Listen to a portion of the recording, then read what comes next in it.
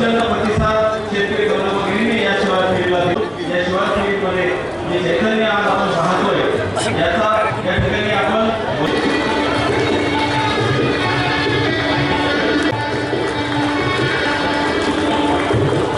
राज्याचे महसूल मंत्री व आपल्या अकोला जिल्ह्याचे राधाकृष्ण विखे पाटील, त्या जिल्ह्याचे खासदार श्रीयुत अनुपजी धोत्रे, आपल्या जिल्ह्याचे MLA श्री राम, त्याचप्रमाणे माननीय आमदार प्रकाश भासापळे, माननीय राज्याचे कार्यकारी परिषद सदस्य माननीय आमदार याचे अकोल्याचे SP सौ वैष्णवी, त्याचप्रमाणे आमचे एक्झिक्युटिव्ह काउन्सिलचे मेंबर, त्याचप्रमाणे श्री किशोर नांगरे पाटील, जयंत मसने पाटील, आजपर्यंत 187 वाहन विद्यापीठाने विकसित केले, 1551 त्याचा एक मला एक वेगळा आनंद आहे।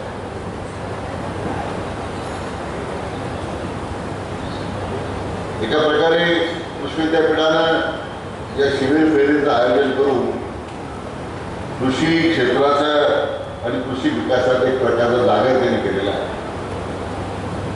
अतिशय कमी होत चाललेली आहे आणि त्या पार्श्वभूमीवर अशा प्रकारचे उपक्रम घेणं मला वाटतं ज्या मानसिकता तयार झाली त्याला एक छेद देण्याचा प्रकार आहे।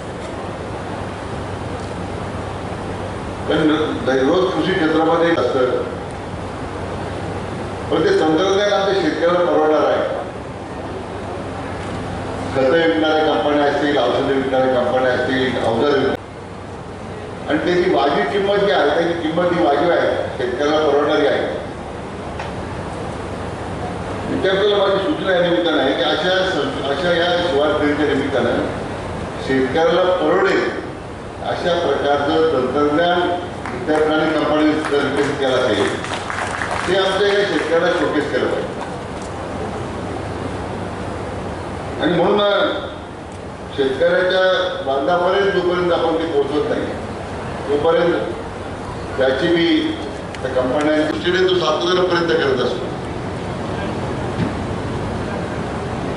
मला फार जुनी गोष्ट आठवते, या पंजाबराव देशमुख कृषी विद्यापीठ हे जे साहित्य ते तयार करतात, त्याचप्रमाणे आज या कार्यक्रमाच्या निमित्तानं आपण 11 जिल्ह्याचा विदर्भाचा परिसर आहे।